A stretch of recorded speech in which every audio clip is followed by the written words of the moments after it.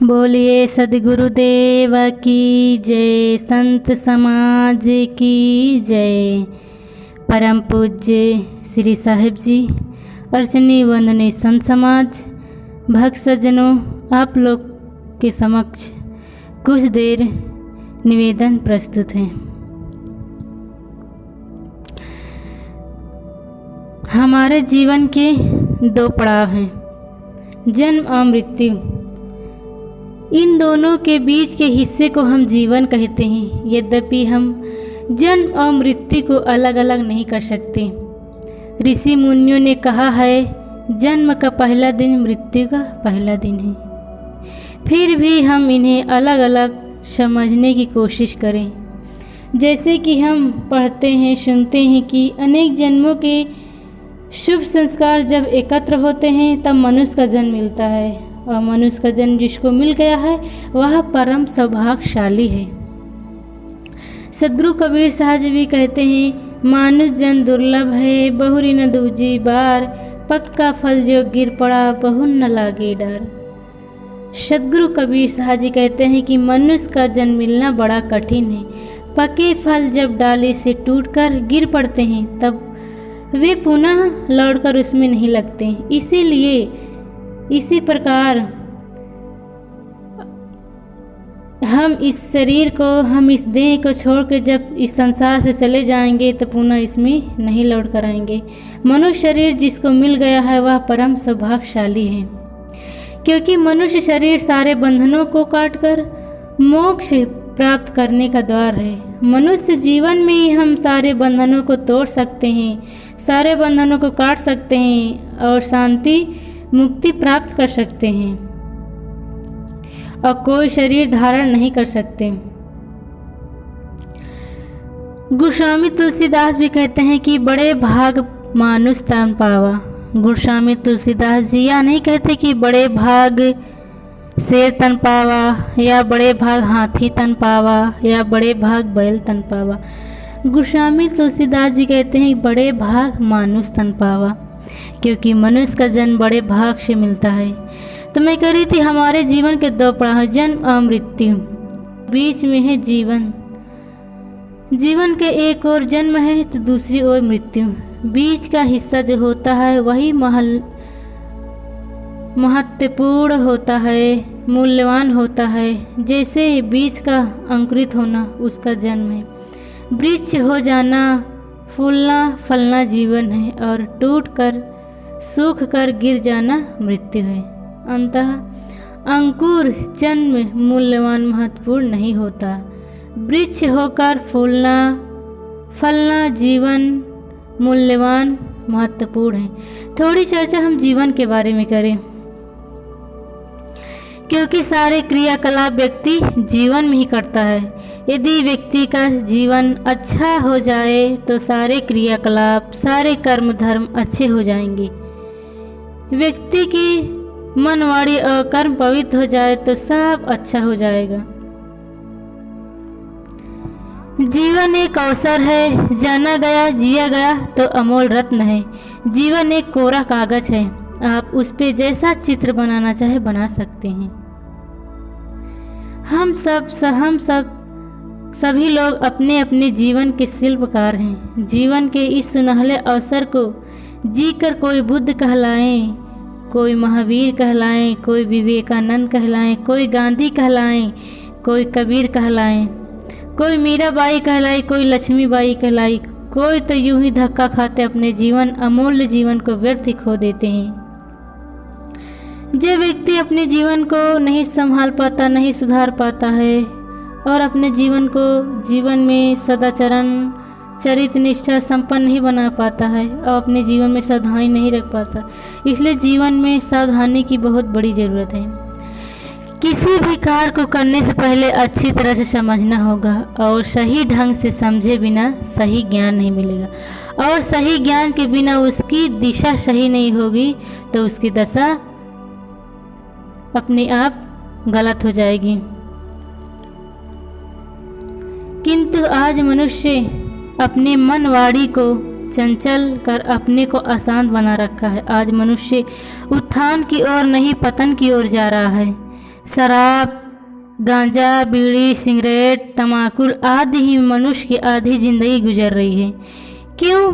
क्योंकि मनुष्य का मन अशांत है और आदमी जितना अशांत होगा वह दुख का ही संसार बनाएगा। जो लोग अशांत होते हैं, दुखी और पीड़ित होते हैं, वे ही नशा करते हैं। जो आदमी आनंदित है, सुखी है, वह कभी नशा नहीं करेगा। दुनिया जितनी दुखी होती जाएगी उतना नशा बढ़ता चला जाएगा। यदि हम गलत खाते हैं, गलत पीते हैं, गलत देखते हैं, गलत करते हैं, गलत सोचते हैं, तो इसका अर्थ है कि हम दुखी हैं, अशांत है, हम जीवन को नहीं जी रहे, हम राग द्वेष पूर्ण संसार को जी रहे हैं। और राग द्वेष में जीना, अशांति में जीना, घुट घुट के जीना कोई जीना नहीं है, क्योंकि हम मर नहीं जाते, मुर्दा होकर जीते रहते हैं। कोई संकल्प नहीं, कोई उद्देश्य नहीं, जीवन भर शिकायत करते रहते हैं कि हम दुखी हैं, अशांत है। और अशांति को दूर करने के लिए हम मंदिर में जाते हैं, पूजा पाठ करते हैं, पूजा पाठ आदि करते हैं। परंतु ये अशांति से, यह दुख से छूटने का एक ही उपाय है कि हम अपने जीवन में दो को छोड़ना होगा। दो क्या है? माया और मोह। जब तक हम माया मोह को नहीं छोड़ पाएंगे तब तक हम सुख शांति से अपना जीवन नहीं जी सकते हैं।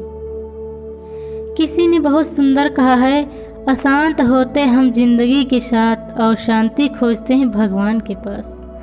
अशांत होते हम परिवार के साथ और शांति खोजते हैं मंदिर के पास।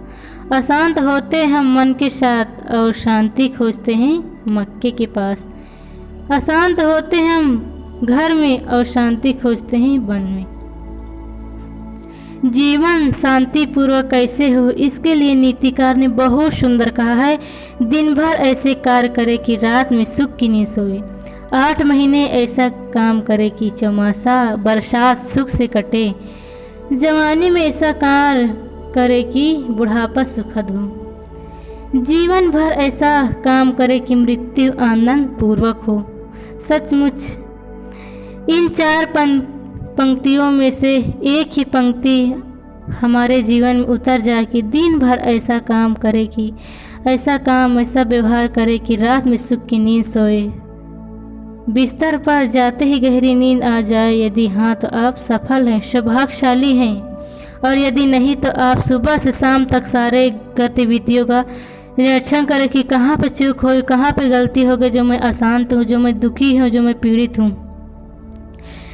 क्योंकि मनुष्य अपने भावनाओं से अपने जीवन का सृजन कर रहा है। हमारा जीवन हमारे विचारों का आईना है। वह किसी भी अन्य चीज़ों से ज़्यादा महत्वपूर्ण है, क्योंकि वर्तमान के इस पल की भावनाओं से ही हमारे जीवन का निर्माण हो रहा है। हर दिन और हर नए जीवन की शुरुआत होती है। सुबह से अंततः हर सुबह हमको अच्छा बनाएं, हम अपने जीवन को अच्छा बनाएं। सुबह सुबह चित्त को शांत रखें, मन को पवित्र रखें और इंद्रियों को संयमित रखें। कुछ ध्यान, चिंतन, सद्ग्रंथ पाठ आदि करें। सुबह का समय हमारे जीवन का सबसे बेशकीमती समय होता है, क्योंकि इसी से जीवन का हर क्षण अच्छा या बुरा निर्मित होता है। सुबह उठते समय हमारे हाथ में पूरे दिन का तराजू रहता है। एक ओर झुकेगा तो दिन भर अद्भुत बन जाएगा और अच्छी चीज़ों से भरपूर रहेगा। दूसरी ओर झुकेगा तो दिन भर समस्या ही समस्या आ जाएगी। हम ही यह तय कर सकते हैं कि हमारा दिन कैसे रहेगा। आपका जन्मदिन आपके लिए महान दिन है। महान दिन तो उसका होता है जो अच्छा जीवन जीता है, जो श्रद्धा, प्रेम, स्नेह और करुणापूर्वक जीवन जीता है। उसका जन्मदिन या मृत्यु दिन संसार के लिए महान दिन होता है। मनुष्य जीवन फूल रखने की टोकरी है। दया, क्षमा, करुणा, शील, प्रेम, स्नेह आदि से सुगंधित चीज़ों से जीवन है।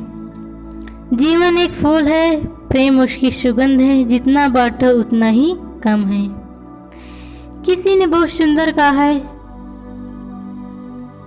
करो वही जो अच्छा हो, बोलो जो मीठा हो, कहो जो गीत हो, देखो जो सत्यम शिवम सुंदरम हो, दिखाओ जो दिव्य और भव्य हो, खाओ वही जो प्रभु का प्रसाद हो, पीवे वही जिसमें अमृत का स्वाद हो, चाल वही चलो जिसमें सुंदर चरित्र हो, कार्य वही करो जो पवित्र हो, जिसमें जीवन का इत्र हो। जीवन एक गणित है, गणित में जोड़ घटाना गुणा भाग देना होता है, सब कुछ होता है। जिंदगी में भी यह सब कुछ ज़रूरी है। जिंदगी को दोस्ती का गुणा करे, दोस्ती खुद ब खुद बढ़ जाएगी। दुश्मनी को घटा दो, दुश्मनी कम हो जाएगी, दुश्मनी खो जाएगी। खुशियों को गुणा कर दो, खुशियाँ चौगुनी हो जाएगी। और दुख का भाग कर दो तो दुख स्वतः कम हो जाएगा। इतना सब कुछ कर लो, जीवन का वर्गमूल अपने आप निकल आएगा। वह वर्गमूल होगा शांति। जो अपने जीवन को अच्छा जीते हैं उन्हें सब याद करते हैं मरने के बाद भी। किसी ने बहुत सुंदर कहा है, हम उन्हें याद किया करते हैं जो औरों के लिए जिया करते हैं, अगरबत्ती की तरह जलकर खुशबू दिया करते हैं। जीवन का दूसरा पड़ाव है मृत्यु। मृत्यु हमारे जीवन की असंभावी घटना है, वह होकर रहेगी। सबको इस संसार से चले भी जाना है। हम लोग भले अभी वेटिंग लिस्ट में हो, परंतु एक ने दी सबको, सबकी वेटिंग लिस्ट कंफर्म जरूर हो जाएगी।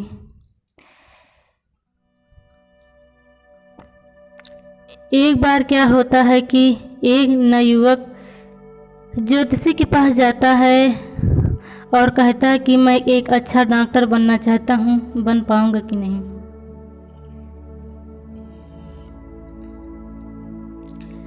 ज्योतिषी ने कहा कि यदि तुम डॉक्टरी संबंधित कोर्स को अच्छी तरह से पढ़ोगे तो एक अच्छा डॉक्टर बन सकते हो, लेकिन मैं पक्का नहीं कह सकता कि तुम डॉक्टर बन जाओगे।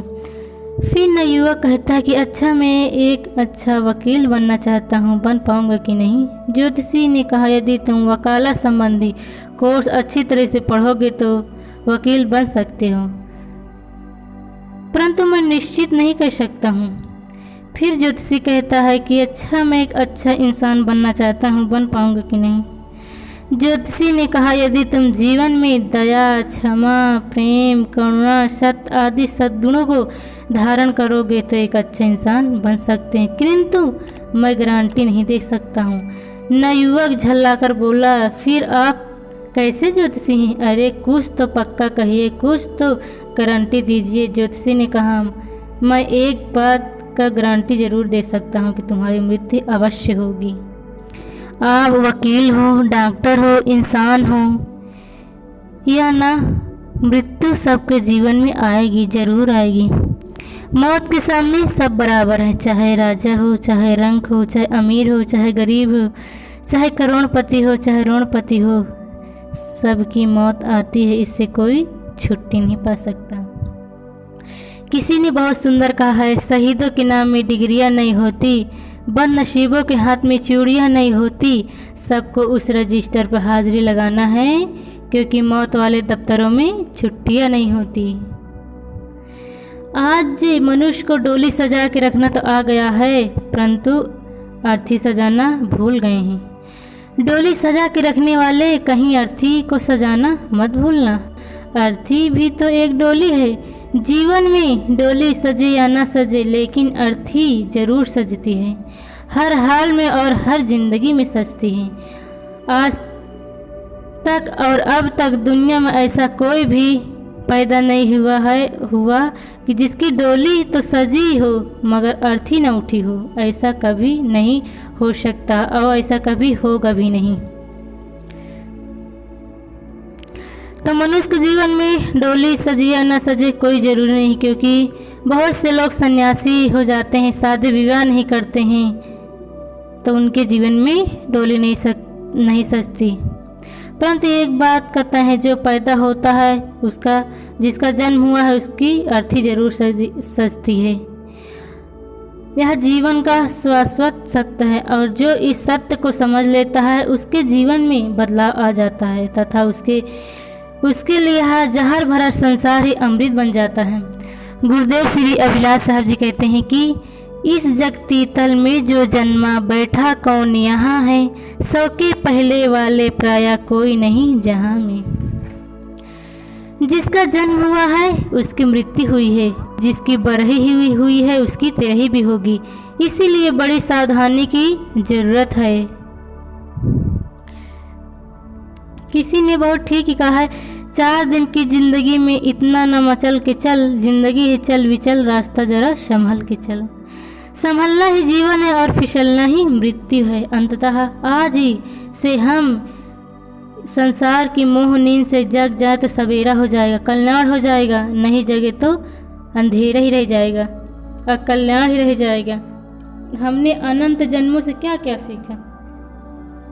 संबंध जोड़ना सीखा, संबंध तोड़ना सीखा, अशांति में घुट घुट के प्राण छोड़ना सीखा, किंतु क्या नहीं सीखा?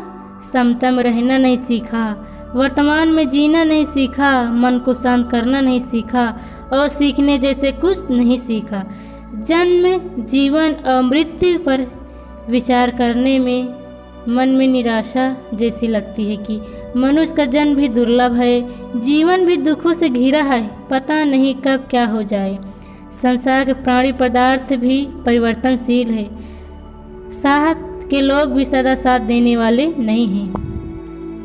प्रश्न होता है कि हम कैसे जिए, हम सुख से कैसे रहे, हम शांति से अपना जीवन कैसे बिताएं। प्रश्न होता है कि आप मेहमान बनकर जिए, आप दूसरे के घर मेहमान बनकर जाते हैं तो कैसे जीते हैं? सबसे हंस हंस कर बोलते हैं, घर वालों से प्रेम से पेश आते हैं, गले मिलते हैं, वहाँ आप किसी से राग द्वेष नहीं करते। क्यों? कटु नहीं बोलते हैं, लड़ाई झगड़ा नहीं करते हैं। यदि भूल से गलती भी हो जाए तो आप सह लेते हैं। क्यों? क्योंकि आप तो मेहमान हैं, आपको 2 ही दिन रहना है, तीसरे दिन का टिकट है, बस चले देना है। इसी प्रकार हम संसार में जिए, थोड़े दिन जिए तो दुखी होकर क्यों जिए, सुखी होकर जिए। सबसे हंस हंस के बोले, प्रेम से शांति से जिए। सचमुच मरना है तो जीना सीख जाएं। सब कुछ लुटाकर सब कुछ गंवाकर होश में आए तो क्या आए, चित्त जल उठे इससे पहले चेतना जगा लेना चाहिए। सूरज के उगने और डूबने का समय भी निश्चित है, गाड़ी के आने और जाने का भी समय निश्चित है, मगर जिंदगी के विषय में कुछ भी निश्चित नहीं है। जिंदगी की गाड़ी कभी भी कहीं भी छूट सकती है, इसलिए चलने की पूरी तैयारी रखना चाहिए। यदि तैयारी नहीं होगा तो मामला गड़बड़ हो जाएगा। स्कूल जाने से वही बच्चा डरता है जिसने होमवर्क नहीं किया। आयकर अधिकारी को देखकर वही व्यापारी घबराता है जिसने बाही खेती ठीक नहीं होती। और मौत को अपने करीब आते देख वही व्यक्ति रोता है, चिल्लाता है, जिसकी चलने की तैयारी पूरी नहीं होती। इसलिए जीते जी मृत्यु को अपने जीवन में स्वीकार कर लेना चाहिए। बस इन्हीं शब्दों के साथ मैं अपनी वाणी को विराम देती हूँ। बोलिए सद्गुरुदेव की जय, संत समाज की जय।